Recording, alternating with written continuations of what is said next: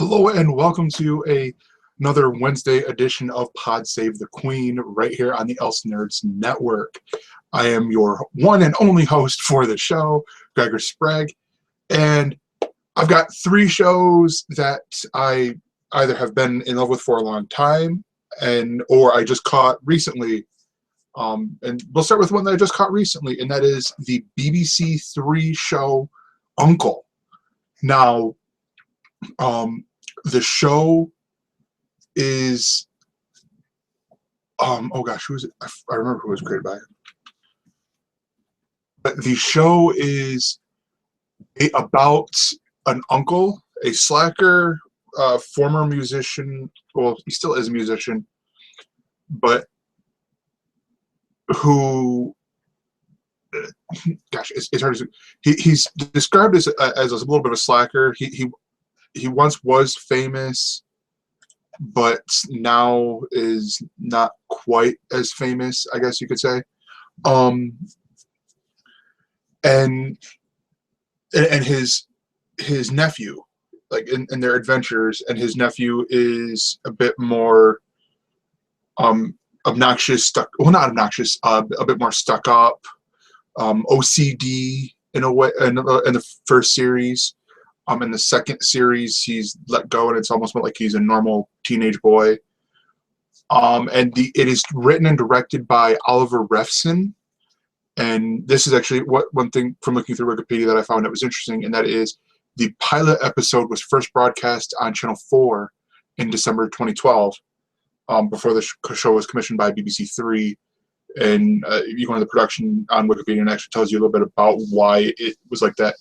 But the Uncle stars Nick Helm, Daisy Haggard, Elliot Speller Gillott, and Sidney Ray White. And the show, so funny. It reminds me a little bit of Toast of London, if you guys remember me talking about that show, and how it breaks into song. And every episode has a moment where the lead character of Andy, the uncle, where he'll break into a song, and a lot of times Errol will sing in there as well. Errol is the nephew. Especially once they start and they form a band called the Minimum Maximum, the Bare Maximum. That's what it is, which is which is great. It's almost like a punk sounding title to me. I don't know why. I could be completely wrong though. But it is really, really well done. Really heartfelt. The first season or series, which had 6 episodes, it's just so touching. You see the characters grow over a course of 6 episodes. And then the second series does something that I respect a lot of shows that do this. And that's where it picks up right where series 1 ended. And so much as even they re-aired that the last minute of the show, and then 1 year later, sort of thing. And it is a little. The one downside with it though is at the end of, and this is where I'm going to get spoilery. At the end of series 1, Errol's dad, because Errol's family, his mom and his dad are divorced, so it's like split custody and all this stuff. And at the end of series 1, sorry, you see Andy actually do the noble thing because he knows his sister is going to lose custody of Errol to Errol's father. And so he's like, the whole thing was my fault. She's a terrific mother. Don't punish her for my wrongdoings, sort of thing. And you see Errol, and you see that growth there. And then Errol comes over and breaks the restraining order that Errol's dad placed on Andy, saying he can't be within 200 meters. I believe it's 200 meters because it's Britain and they use the metric system over there. From Andy. like the handy and arrow cannot be within 200 meters. And I would have liked to have seen that be like the almost one of the overarching things of series 2, but it's really quickly resolved in episode 1 of series 2, and it sort of like really it threw me, because in America that would be a whole series or a whole season for the show, is how he's getting around this, and the dad just going, "No, you had drugs into my," and then it's like, oh well, he really wants to spend time with my kid, so, and my kid wants to spend time with him, so we're gonna allow it to happen, sort of thing. So it struck me as a little bit rushed. It's really funny. These shows air on Mondays or Tuesdays. I don't remember what. And there's 2 more episodes left of series 2, and no word yet on if it's been commissioned for a series 3. But it's just so funny. I mean, I'm really enjoying the show. The next show is Top Gear. Now, Top Gear, I don't have to do much explaining, because one, A, I've talked about it numerous times, and B, everyone knows Top Gear. But this one was one that I was actually very excited for, because they talked about this on the A Night with Top Gear special. And this is where they're talking about and reviewing the watch that you see a lot of people have. I guess it's more popular over in Britain or something, because I've never seen the watch or heard of the watch until Top Gear. But it's got a GPS. It's like GPS distress watch. So it's got like 2 additional pins here at the sides that you pull them out, and it makes like this really long coil wire, almost like if you stretch out a spring. And for over the next 24 hours, it sends out a GPS signal to up to satellites, and it sends it to the nearest life-saving peoples. So like Coast Guard for here in America, or what have you abroad. So they test that with Richard Hammond. They send him out to some place he doesn't know where he's at in the Canadian Rockies. And then he's like, all right, here, I'll do this. Like stretches it out, does the whole thing, and he's like, right. And it's just him and like 3 crew members. Like there's no, from what they said there, now I don't know if it's 100% true, but whatever. It was entertaining nonetheless. And so normally what would happen is they would get a call over at British Columbia, or whatever the closest response unit is, and within a couple hours they show up. They rerouted this one, like saying here's the info or whatever, and rerouted this call to James Bay and Jeremy Clarkson. And they prove that they're the 2 last people on Earth that you want to have save you, because it took them 4 days to get. Like they went on a leisurely stroll. Like, you see them at the. It's very Top Gear in this whole approach, which I loved, because they're like, oh well, they're at the travel agent. Like, oh well, here we could fly out of here, fly out of Manchester. Oh well, this being BBC, we cannot fly out of Manchester, and just making all these excuses, and like, oh we can't fly in this airline, we can't fly in that airline, whatever. And that was one day that they killed. And there's great lines with all this stuff, and you see that Richard Hammond was genuinely miserable up there. So it makes me think like, okay, they might have had they had fail-safe safety nets and stuff in case Clarkson and May couldn't fulfill the job. And then it turns into, once they finally get there, like I think 2 days later or something like that, or a day or 2 later, I don't know. It was in Vancouver, British Columbia. They then do a American style truck review, like they would normally do with the like a car, with the trips, like they did with the Outback episode, like towards the beginning of the season. I think it was episode 2 or series. Sorry, it's harder than changing series with season, but I almost do it. And so that sort of upset Richard Hammond when they come back. He's like, you guys are doing the truck review that I've been pitching for years, sort of thing, which was understandable. The trucks were a Ford F-150 Hennessy Velociraptor edition, which just means it was like there's a whole bunch of modifications. The suspend, it's raised, and they're like the engine I think is supercharged and what have you. And then that was what Jeremy Clarkson was driving, and Richard Hammond. Well, Richard Hammond was stuck.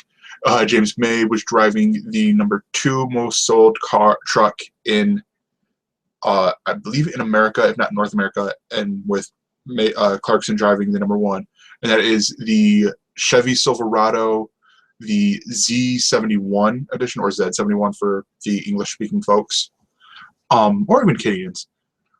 And that one was also a bit more modified and stuff, and they're doing more of a joyride over there. Like, you're just taking your time, not like, okay, we gotta hurry and all this stuff, until they get to within 10 miles of Hammond, and they go, all right, we're gonna have a race.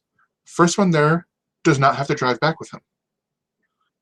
And the thinking was, because he's gonna be miserable. He was, because it took them 4 days, and they go, and it's up this mountain. It's like, I think 4,000 feet was the elevation that they had to climb. And you see, and then they let in behind the scenes afterwards that they still didn't even save him. They had to get rescue crew out because the drive shaft on the Chevy Silverado broke. And of course, Clarkson won, which is funny to hear, because it's like, wow, they didn't even. And I could imagine the whole conversation afterwards is just Hammond so super upset about the whole. You see him frustrated. They cut back to him with doing like survival techniques, like he tried to do a snare and he tried to make snowshoes, and it's just, yeah, it was. I feel for the guy. And then the last show is a show that I've loved for 2-3 years now. And it's from BBC One, I believe. I could be wrong. It could be BBC Two, but I believe it is the BBC One, and that is Room 101. Now, this show is it's an interesting. It's sort of a panel show where you have the host and then you have 3 guests. It's similar in a format to At Midnight. So, like with how you have Chris Hardwick as a regular host, and you have 3 entertainers in Britain, not just comedians, but 3 entertainers. And then they bring in their pet peeves, and then they separate them out into categories. So there's like a wild card, modern life, food and drink, people, and all this stuff. And they talk about it. And usually Frank Skinner, who is the host, he will have a clever rebuttal to why the guests who suggested, like, one was the person who reclines back, who sits there and reclines back like this in airplanes. He was like, well, have you ever seen the little clip things, horrible British accent, that you could put in there to stop them from doing that, and stuff like that. He always brings in a rebuttal. Like, there was one with Richard Osmond, who's the host of a game show over there called Pointless. And he talked about how he doesn't like the fact that he's so tall compared to everyone.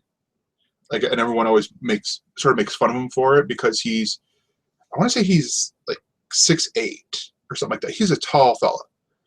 And so this is an old episode. And so we have Frank Skinner brings out, because Frank Skinner is short, a way to fool people when they take photos, and it's a platform where Richard still stands the normal height, but it just looks like,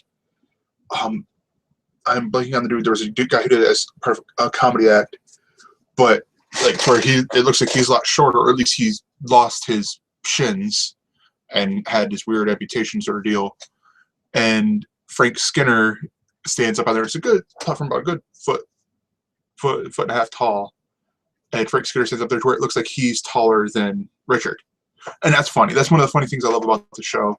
And then the points that they bring up, that people bring up about the things, I'm like, yeah, that does sort of get like bug me. You know, like the one of them on the recent episode was urinal etiquette, which ladies just will not understand this one.